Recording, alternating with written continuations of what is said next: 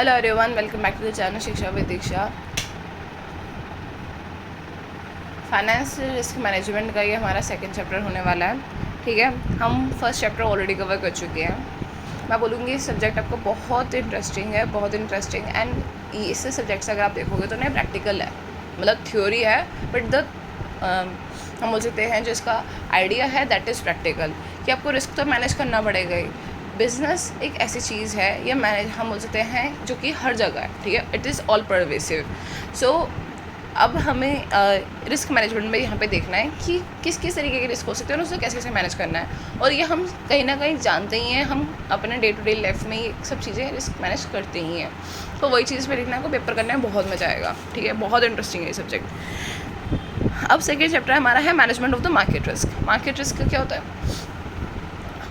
Market risk वो होता है जो हमारा मार्केट में जो हमने पैसे लगाया होता है उसको रिलेटेड कुछ भी जो हमारा नुकसान होने के चांसेस होते हैं उसको हम मार्केट रिस्क कहते हैं। ठीक है, मार्केट रिस्क जो होता है वो कहाँ से स्टार्ट होता है? Investment risk. ठीक है, हम इन्वेस्टमेंट करते हैं, हमने पहले फर्स्ट चैप्टर में पढ़ा किया, हमें इन्वेस्टमेंट करना हमारी काइंड ऑफ अ नीड होती है, जिससे हम अपना रिटर्न्स जो है वो जनरेट कर पाते हैं। तो इन्वेस्टमेंट जो होती है हमारी, वो या तो हम अपने बिज़नेस में ही कर लें या हम किसी और के बिज़नेस में कर लें, दोनों ही चीज़ें इन्वेस्टमेंट रिस्क में आती हैं। ठीक है, इन्वेस्टमेंट रिस्क आपकी सिस्टमेटिक रिस्क हो सकती है, अनसिस्टमेटिक रिस्क हो सकती है, ये भी हम पढ़ चुके हैं। सिस्टमेटिक रिस्क होती है जब आपकी पूरी की पूरी इकोनॉमी जो है वो पूरी इम्पैक्ट करती है, तो वो सिस्टमेटिक रिस्क होती है। अगर कुछ स्पेसिफिक कंपनी या कुछ एरिया ही है उस पूरी इंडस्ट्री में जो इम्पैक्टेड हुई है, सो वो अनसिस्टमेटिक रिस्क है।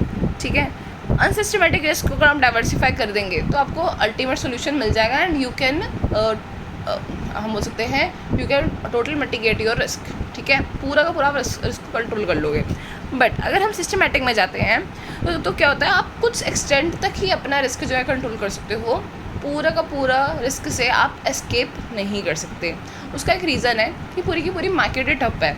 आप जिस पे भी डाइवर्सिफाई करो या जिस पैसे आप निकाल कर किसी और भी अगर स्टॉक में या हम बोल सकते हैं इंस्ट्रूमेंट में लगाओ, तो आपके पैसे जो हैं डूबने ही हैं, क्योंकि ज़्यादा फ़र्क नहीं आ रहा। ठीक है, तो आप थोड़ा बहुत तो बस बचा सकते हो, हम बोल सकते हैं एट सम पोर्शन जो है आप थोड़ा सा अपना सेव कर सकते हो, बट आप पूरी तरीके से उसको एस्केप नहीं कर सकते। और इसी सिचुएशन को हम क्या कहते हैं? Market risk.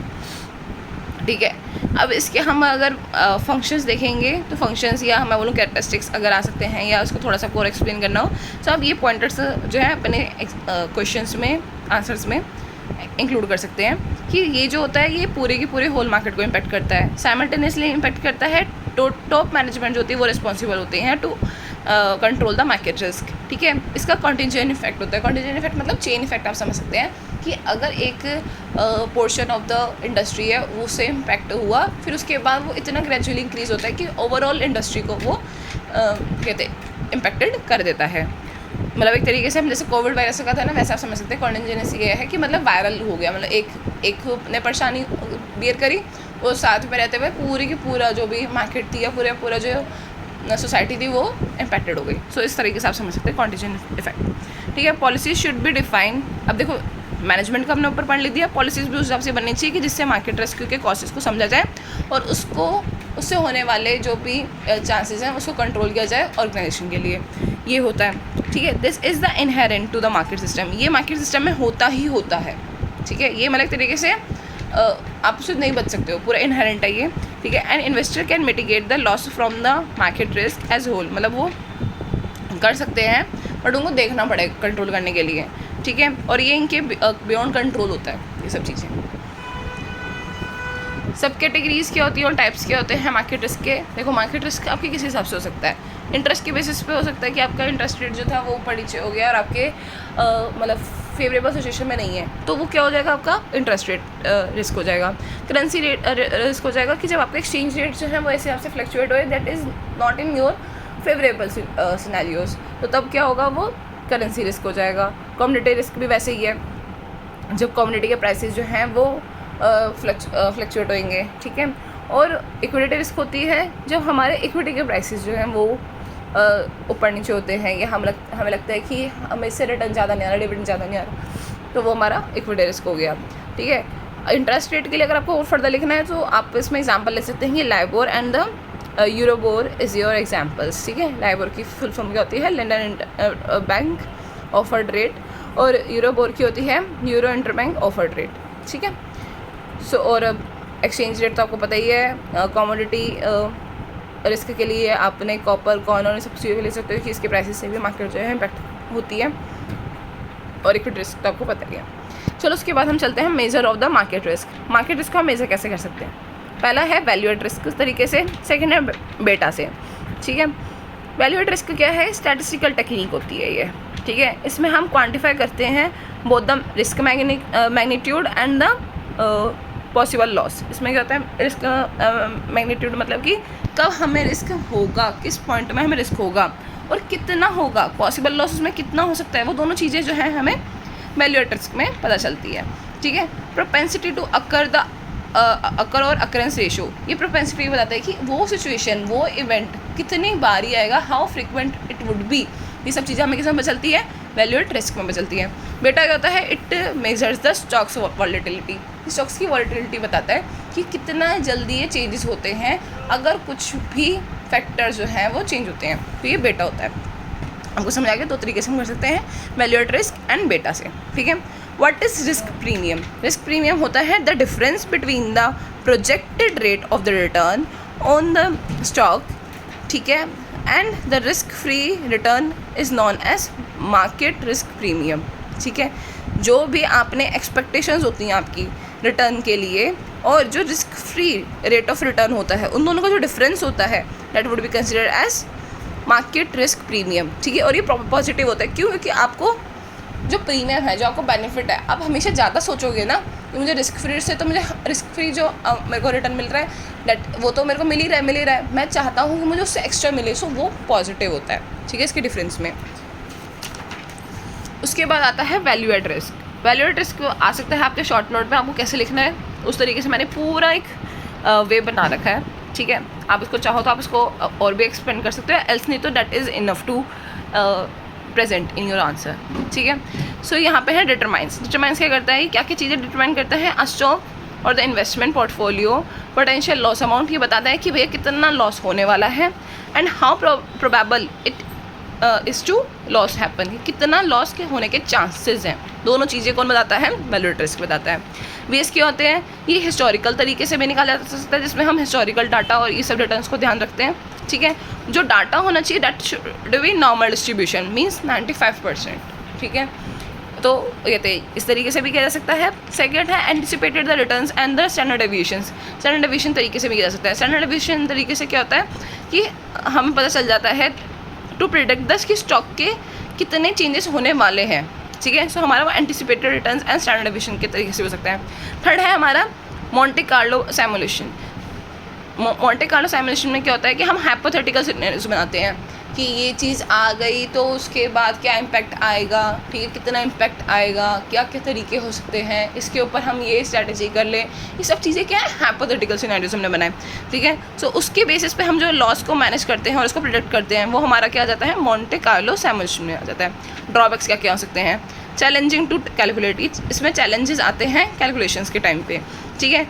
These three approaches will not give the exact same prediction। ये तीनों ही अप्रोचेस डिफरेंट बेसिस पे, आप देखो ना, यहाँ पे डेटा बेसिस पे न्यूमेरिकल आंसर देगा, ये क्या, ये भी न्यूमेरिकल आंसर देगा, बट ये हमें एक तरीके से प्रोबेबिलिटी बताता है, स्टैंडर्ड डेविएशंस बताता है कितना फ्लक्चुएशंस आ रहे हैं, ठीक है। ये हिस्टोरिकल चीज़ें बताता है और ये डेविएशंस बताता है, ठीक है। ये हमें एक तरीके से क्वालिटी बेस्ड आंसर देता है, ज़्यादा हमें एग्जैक्ट आंसर नहीं देता, न्यूमेरिकल बेसिस पे नहीं देता ये, ठीक है। और अगर देगा भी तो एग्जैक्ट अमाउंट नहीं देता। तो इसलिए हमारा ये प्रॉब्लम है कि तीनों ही अप्रोचेस जो हैं वो सेम आंसर्स, ये सेम प्रेडिक्शंस नहीं देते हैं। बेस्ड ऑन हिस्टोरिकल डेटा होता है, तो इस वजह से हम फ्यूचर पे यूज़ नहीं कर सकते क्योंकि वो इतना मीनिंगफुल नहीं होगा, ठीक है। फोर्थ आ जाता है insufficient for the measuring the risk on its own. ये एक तरीके से इनसफिशिएंट है कि हम रिस्क को मेजर ढंग से नहीं कर सकते हैं। In abnormal circumstances doesn't estimate the losses. और अगर कोई एबनॉर्मल सर्कमस्टेंसेस हो क्योंकि हिस्टोरिकल डेटा में कुछ अगर ऐसे इंस्टेंसेस हैं जो कि थे ही नहीं रिकॉर्डेड, तो वहाँ पर तो ये बताता ही नहीं है कि लॉस होगा भी नहीं होगा। तो ये इसके ड्रॉबैक्स हैं, ठीक है। उसके बाद आता है risk metric approach. Risk metric approach होती है कि promote the market risk accountability, ठीक है, कि भैया आप मार्केट रिस्क की अकाउंटेबिलिटी कहते हैं बढ़ा सको, ठीक है, कि मतलब जो भी आप मार्केट रिस्क समझ रहे हो वो आप ढंग से समझ सको।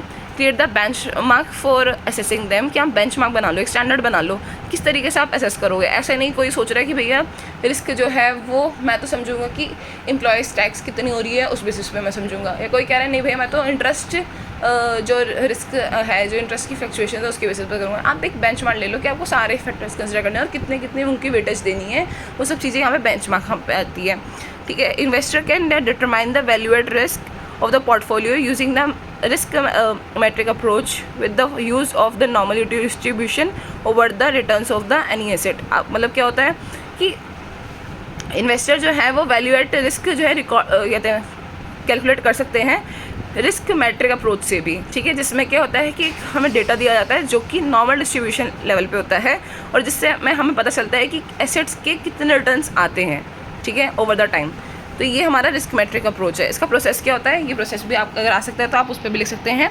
डिफाइन द 3 पैरामीटर्स, आप यहाँ पे 3 पैरामीटर्स बताते हैं। फर्स्ट इज़ क्या, वो value at risk forecasting horizon, क्या आप बताते हैं कि आप कौन से पीरियड पे इसको फोरकास्ट करने वाले हो, ये चेक करने वाले हो। सेकंड आप बताते हैं the confidence level, confidence level होता है कि आप वेरिएशंस देखना चाहते हो कि कितना वेरिएशंस या कितना कहते हैं कितना कॉन्फिडेंस लेवल, मतलब उस टाइम पर कहते हैं उस पॉइंट ऑफ टाइम पे कितना नुकसान होने वाला है, ये सब चीज़ें आप कॉन्फिडेंस लेवल पे देखते हो, ठीक है। द बेस करेंसी आप देखते हो, ठीक है। 3 चीज़ें हो गई। आप एक तो टाइम पहले चेक करते हो कि किस टाइम पे आप देखोगे। कॉन्फिडेंस लेवल होता है कि आप कितना एक्यूरेट देखना चाहते हो उस पर्टिकुलर टाइम पे, ठीक है। जैसे 95% हो गया, 99% हो गया, ये this is your confidence level कि how accurate you want to calculate the risk, ठीक है। और उसके बाद हमारा आता है द बेस करेंसी, कि बेस करेंसी आपकी कौन सी रहने वाली है। 3 चीज़ें आपने जब पैरामीटर्स डिसाइड कर लिए, उसके बाद आप क्या करते हैं, cash flows of given portfolio must be mapped in the risk matrix वेट्रिसेस। जो कैश फ्लोज हैं वो आप मैप कर लेंगे कि जो भी आपके आ रहे हैं जा रहे हैं वो आप रिकॉर्ड कर लोगे। आपने 3 चीज़ें देख ली, उसके बेसिस पे आपने कैश फ्लोज बना लिया कि रिटर्न्स के बेसिस पे आपने कितनी इन्वेस्टमेंट्स करी और उसके बेसिस पे कितने रिटर्न्स हैं, वो सब आपने एक मैट्रिसेस में बना लिया। Arrange the data in a way the way want to determine the value at risk as an instrument level value at risk and the correlation।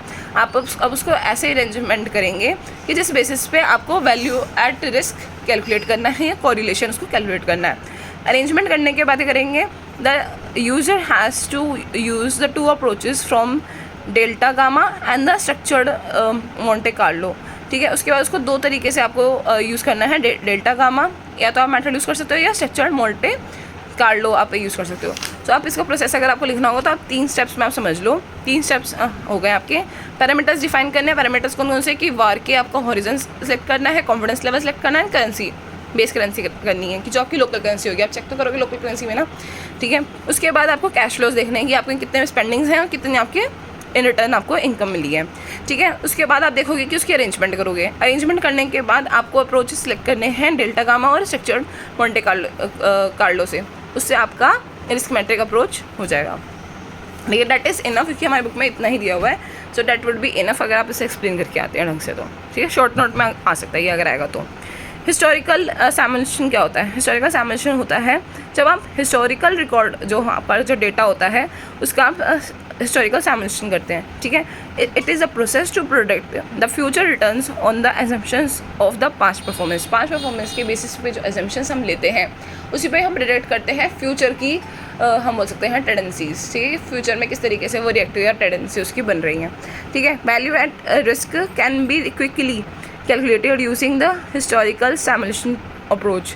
जो वैल्यू एडेड रिस्क है ये हम कैलकुलेट कर सकते हैं इस अप्रोच से भी, हिस्टोरिकल सैमुलेशन से भी, ठीक है। तो आप वैल्यू एट रिस्क में आप ये भी लिख सकते हो कि वैल्यू एट रिस्क जो है वो रिस्क अप्रोच से, रिस्क मैट्रिक अप्रोच से और हिस्टोरिकल सैमुलेशन से भी कैलकुलेट किया जा सकता है, ठीक है। Drawback and the loop holes क्या हैं हमारे हिस्टोरिकल सैमुलेशन के? तो ये तो आप बता सकते हैं क्या क्या हो सकते हैं कि variables of the risk which do not occur during the time frame specified for the simulation purposes are likely to be ignored. जो उस टाइम पीरियड में आए या नहीं आए जो आए वो तो चलो आप इंक्लूड कर लोगे एज ए फैक्टर्स, ठीक है, जिसमें आपने अपने फ्यूचर की चीज़ों को प्रेडिक्ट करना है, बट जो नहीं है आप उसको इग्नोर कर देते हो, ठीक है। सो ये आपका लूप होल है। These could not be sufficient, क्योंकि ये हिस्टोरिकल डाटा होता है, तो हिस्टोरिकल डाटा हो सकता है सफिशिएंट ना हो। Past risk based on the assumptions, जो पास्ट बेस्ड जो हमारे रिस्क थे उसके बेसिस पे हम एजम्पशंस क्रिएट करते हैं फ्यूचर के लिए, तो वो हमारे मीनिंगलेस हो जाते हैं। This approach take a long time to adjust, अब इसमें टाइम ज़्यादा लगता है कि हम कोरिलेशन और वायलेशंस को एडजस्ट करें। सो ये सब चीज़ें इसमें हमारी वायलेशंस कह रही हूँ, वॉलेटिलिटीज़ को हम एडजस्ट करें, सो इसमें हम बहुत ज़्यादा टाइम टेकिंग होता है, ठीक है। मोंटे कार्लो सिमुलेशन क्या होता है, ये एक मैथमेटिकल मेथड है जिसमें हम क्या करते हैं, अनसर्टेनिटी को कैलकुलेट करते हैं। इन्वेस्टर्स जो होते हैं वो एजम्पशंस बनाते हैं based on the certain numbers, एक सर्टेन नंबर के बेसिस पे मतलब हिस्टोरिकल डेटा यूज़ करके वो एक एजम्पशंस बनाते हैं इसमें, ठीक है। और इसमें स्टेप प्रोसेस क्या होता है कि आपने पहले इंडिपेंडेंट वेरिएबल्स को ढूंढ लिया, ठीक है। इंडिपेंडेंट वेरिएबल्स को ढूंढने के बाद आपने प्रोबेबिलिटी वेटेज दे दी कि इन इंडिपेंडेंट वेरिएबल्स जो मेरे इंपैक्ट करेंगे, मैं डिपेंडेंट वेरिएबल्स को कितना ज़्यादा इम्पैक्ट कर सकते हैं, ठीक है। तो उसमें प्रोबेबिलिटी की आपने वेटेज उसको दे दी। प्रोबेबिलिटी वेटेज देने के बाद आप क्या करते हैं, एंटिसिपेट करते हैं volatility and the frequency change, कि आप कितना चेंजेस हो रहे हैं आपके डिपेंडेंट वेरिएबल से। तो अगर उसमें हम चेंजेस करते हैं तो कितना हमारे डिपेंडेंट वेरिएबल वेरी करते हैं, आप उसको चेक करते हैं और उसकी एनालिसिस बनाते हैं। तो ये 3 कहते हैं स्टेप जो प्रोसेस हो गया, ठीक है। आप इसमें नोट क्या है हमारा कि investor to ensure the representativeness of the sample potential outcomes forecast the frequently run hundreds और द टेंस और थाउजेंड्स ऑफ सैमुलेशन को कि हम बोल सकते हैं इफेक्टिवनेस देखने के लिए कि भैया जो हमारी सैम्पलिंग हुई थी या जो भी हमने डेटा यूज़ किया था या जो भी हमने एनालिसिस अब बनाए हैं, एजम्पशंस बनाए हैं, उसको चेक करने के लिए एक इन्वेस्टर्स अपने फोरकास्टेड चीज़ों को जो भी उसने एनालिसिस बनाए होते हैं मोंटे कार्लो सैमुलेशन से, वो थाउजेंड्स टाइम्स या 10 टाइम या 100 टाइम मतलब बार बार उसको सैमुलेशन बना करके चेक करता है, ठीक है। Portfolio risk major, portfolio risk major क्या होता है कि हम जब अपना रिस्क मेजर करते हैं पोर्टफोलियो का, जो भी आपने जितने भी आपने इन्वेस्टमेंट्स करी हैं, पोर्टफोलियो जब बनाते हैं उसका रिस्क मेजर जब आप करते हो वो, ठीक है। सो पॉसिबल लॉस कुड इंकर, इसमें हम क्या होता है, हम चेक करते हैं to the possible loss could incur, जैसे कि जिससे हमारा पता चल जाए कितना हम नुकसान हमें हो सकता है इन सब चीज़ों से, ठीक है। सो मैनेजमेंट हमारी किस हिसाब से होती है कि इसमें एक प्रोसेस होता है आइडेंटिफिकेशन ऑफ द रिस्क, क्या पहले आइडेंटिफाई कर लो कि कितना रिस्क है, ठीक है। उसके बाद उसको इवैल्यूएट करो कि क्या क्या रीजंस थे उसका जो रिस्क हमारा हुआ, ठीक है। इवैल्यूएट के बाद आप ये करते हो स्कोप फॉर द मिनिमाइजेशन, कि आप उसको किस हिसाब से मिनिमाइज कर सको। तो ये हमारा एक प्रोसेस होता है पोर्टफोलियो रिस्क मेजर या पोर्टफोलियो रिस्क मैनेजमेंट का, ठीक है। पोर्टफोलियो रिस्क मेजरमेंट हमारा वही identification, evaluation and identification of scope for minimisation, ठीक है। बहुत ईजी था, अपने आप से आप लिख सकते हैं इसको। पोर्टफोलियो रिस्क बजटिंग क्या होता है, this is the process of allocation of the portfolio. आप क्या करते हैं, आप एक पैसे जो हैं थोड़ा सा एक तरह से एलोकेट कर देते हैं अपने पोर्टफोलियो के रिस्क के लिए, ठीक है। इसमें हम क्या करते हैं कि in which the risk of the portfolio is allocated, पहले आप रिस्क चेक करते हो कि भैया पोर्टफोलियो में कौन सी चीज़ों में कितना रिस्क है among the different classes of the assets, different classes basis पे आप रिस्क पहले असेस करते हैं। फिर उसके बाद आप एम करते हैं कि आपका जो मैक्सिमाइज जो भी आपका रिटर्न है वो ज़्यादा आपको मिले और लीस्ट अमाउंट में आपको लीस्ट अमाउंट ऑफ रिस्क हो आपका, ये आपका मेन ऑब्जेक्टिव होता है, ठीक है। मतलब आप एक तरह से फंडिंग करते हैं अपने रिस्क को बचाने के लिए, बट उससे पहले आप चेक करते हैं कि कितना रिस्क हो सकता है कि मेरे को उस हिसाब से मैं फंडिंग करूँ अपने पोर्टफोलियो को बचाने के लिए, और उसका मेन मोटिव होता है कि आप अपना रिटर्न ज़्यादा कमा सकें रेदर देन द रिस्क, ठीक है। जैसे कि मेरा 10,000 है, मुझे 10,000 इन्वेस्ट करने के लिए मिले, मैं उसमें 8,000 जो है वो इक्विटी पर लगा रही हूँ और 2,000 मैं अपना डेट में लगा रही हूँ। अब मैं इसमें अपना एनालिसिस कर रही हूँ कि मेरे को रिस्क में मेरी एपेटाइट कितनी है, मैं कितना रिस्क झेल सकती हूँ कि मैं इक्विटी में ज़्यादा पैसे लगाऊँ और कितना मैं सेफ बेंचमार्क अपना प्ले कर सकती हूँ तो जितना मैं डेट पे लगाऊँ। सो ये मेरी हमारी क्या हो गई, बजटिंग हो गई कि मैंने एलोकेशन ऑफ द फंड तो किया, ठीक है, और उससे पहले क्या किया, मैंने रिस्क चेक किया कि भैया इक्विटी में तो हाई रिस्क है, ठीक है, और हाई रिस्क है तो हाई प्रॉफिट है, और डेट में मेरा लो रिस्क है, लो रिस्क है तो लो प्रॉफिट है। तो मैंने उस सब कुछ चीज़ को चेक करके मैंने बजटिंग करी कि भैया हाँ इतना तो मैं कहते हैं इतना तो मेरे को बेनिफिट मिल ही जाए सीधा सीधा, तो इसलिए मैंने डेट में लगा दिया।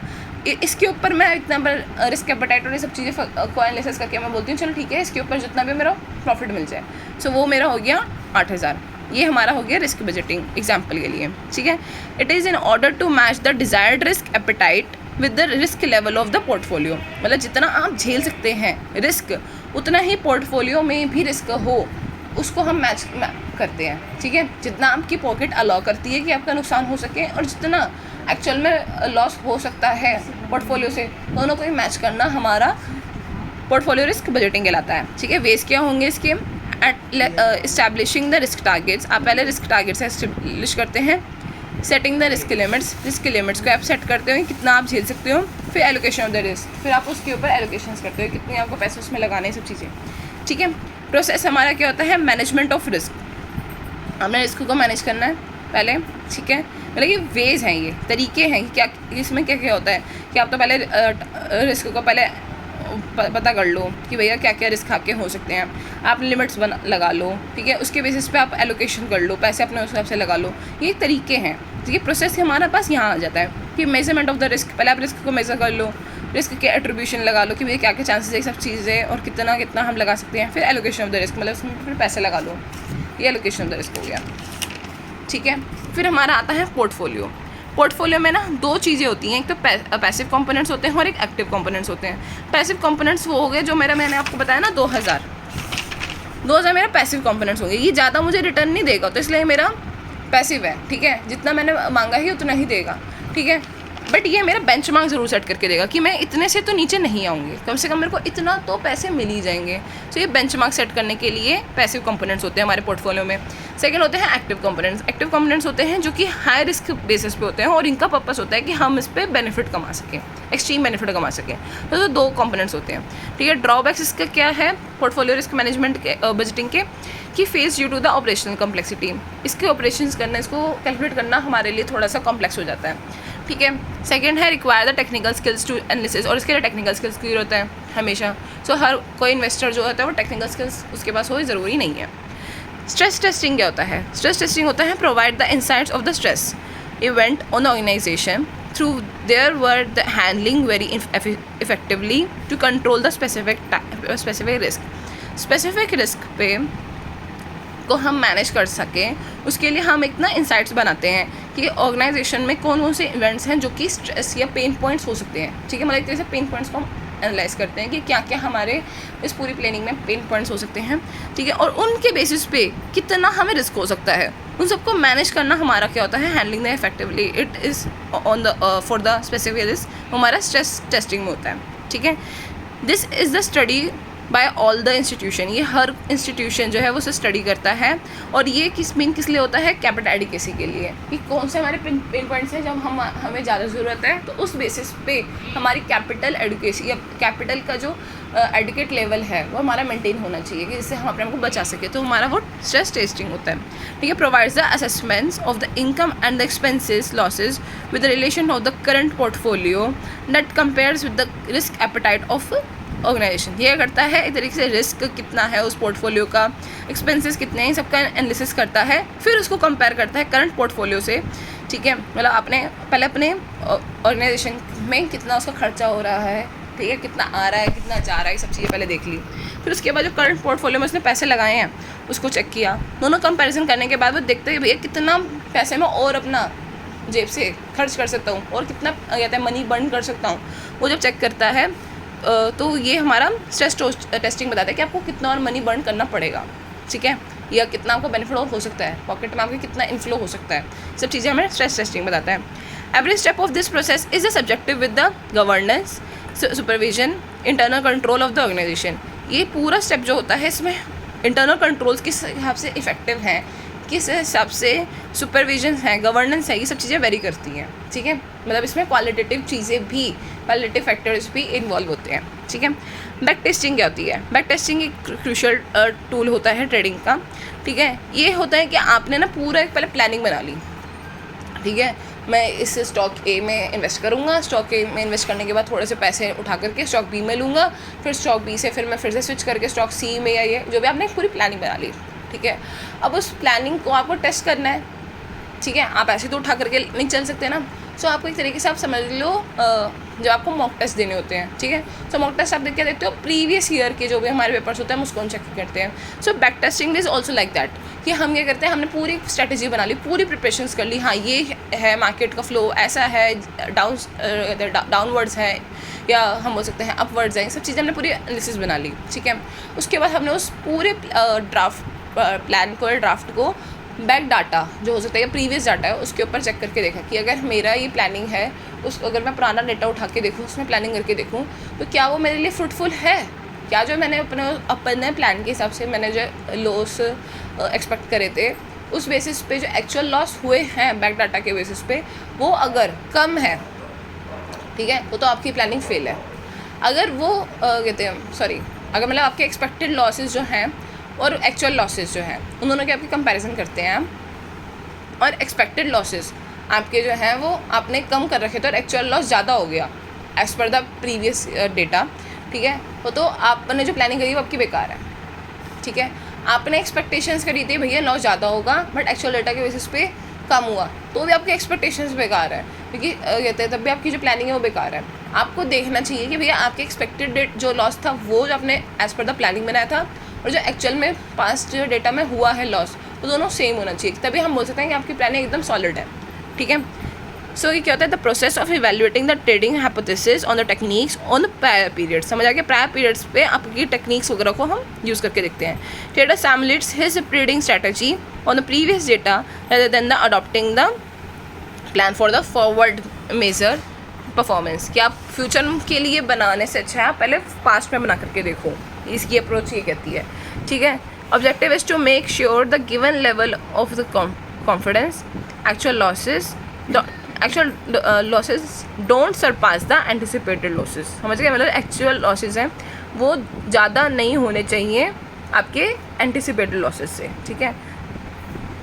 उसके बाद हमारा पास आता है ये topic capital charges. Capital charges हमारा लास्ट टॉपिक है इस चैप्टर का, बहुत ईजी है ये भी, ठीक है। इसमें क्या होता है, हम एक तरीके से ना अपने कैपिटल रिक्वायरमेंट को हम रीकैलिब्रेटेड करते हैं, मतलब रीडिफाइन करते हैं, उसको चेक करते हैं, जिसमें हम देखते हैं कि जो भी हमारे कैपिटल में रिस्क होने चाहिए उसको बेसिस पे हम कंसिडर करके अपनी कैपिटल रिक्वायरमेंट बना करके रखें, ठीक है। वो रिस्क कौन कौन से हो सकते हैं, इंटरेस्ट रिस्क हो सकता है, इक्विटी रिस्क हो सकता है, फॉरेन एक्सचेंज रिस्क हो सकता है, 3 रिस्क मेजर होते हैं। तो आपने क्या किया है यहाँ पे, capital requirement based on the equity, ठीक है, capital requirement based on the IRR, मतलब यहाँ पे हो गया, यहाँ पे ये है इंटरेस्ट रेट रिस्क है, ठीक है, या और यहाँ पे हो गया capital requirement for foreign exchange, ठीक है। और उसमें क्या होता है हमारा ये, उसमें हमने फिर SF जो हमारा है स्केलिंग फैक्टर जो है कि हम किस बेसिस पे कितना प्रेडिक्ट हो सकता है, कितना वेरी करता है, ये सब चीज़ें स्केलिंग फैक्टर को हम उसके मल्टीप्लाई कर देते हैं। Scaling factor of equity, scaling factor of interest rate risk, scaling factor of foreign exchange risk, ठीक है। इन सबको क्या होता है, ये रिलेटेड टू द स्टॉक्स होते हैं, related to the bonds and the loans होते हैं, this is related to the currency holdings. और इस करेंसी होल्डिंग्स में गोल्ड भी इंक्लूड होता है, और ये हमारे ना डिफाइंड स्केलिंग फैक्टर्स हैं। ये इक्विटी का 3.5 रहेगा, scaling factor for interest rate risk का होगा 1.3 and 1.2 for the foreign exchange, ठीक है। सो इसकी हम पूरी कैलकुलेशन करते हैं, तो हम बोलते हैं कि जो हमारा कैपिटल जो हमारी रिक्वायरमेंट होनी चाहिए, कैपिटल चार्जेस होने चाहिए, वो हमारे इन सबको प्लस करने के बाद आते हैं। सो आई होप आपको सेकंड चैप्टर काफ़ी अच्छे समझ आया होगा, ठीक है। इसमें बहुत सब कुछ था समझाने के लिए, फिर भी मैंने कोशिश करा आपको हर एक चीज़, हर एक टॉपिक जो है कंप्लीट कराऊँ एंड बताऊँ। बहुत मुझे तो मज़ा आया पढ़ाते हुए, अब आप बताना कि आपको मज़ा आया या नहीं आया, ठीक है। So keep learning, keep supporting.